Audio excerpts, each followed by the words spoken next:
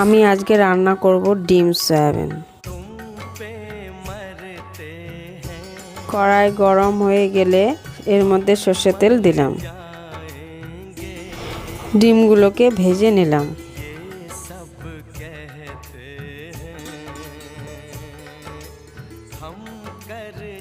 ভাজা হয়ে গেলে ডিমগুলোকে তুলে নেব।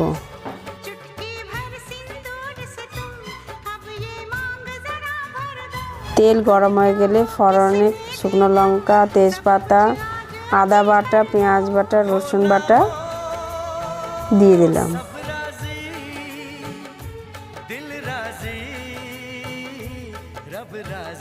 পরিমাণ মতো হলুদ গুঁড়ো দিলাম।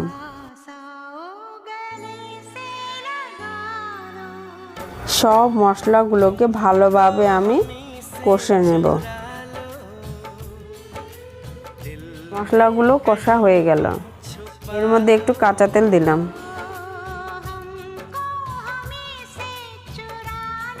ধুয়ে রাখা সয়াবিন এর মধ্যে দিয়ে দিচ্ছি।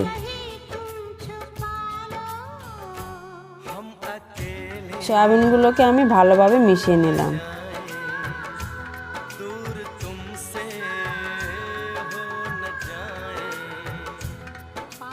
সেদ্ধ হওয়ার জন্য পরিমাণ মতো জল দিলাম।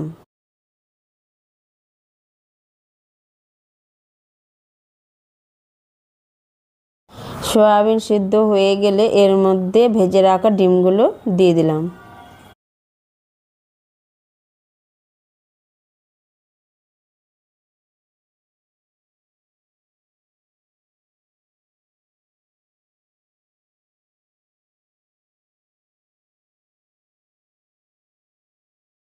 আমার এই রেসিপিটি কেমন হয়েছে, যদি ভালো হয় তাহলে লাইক, শেয়ার, সাবস্ক্রাইব করবেন।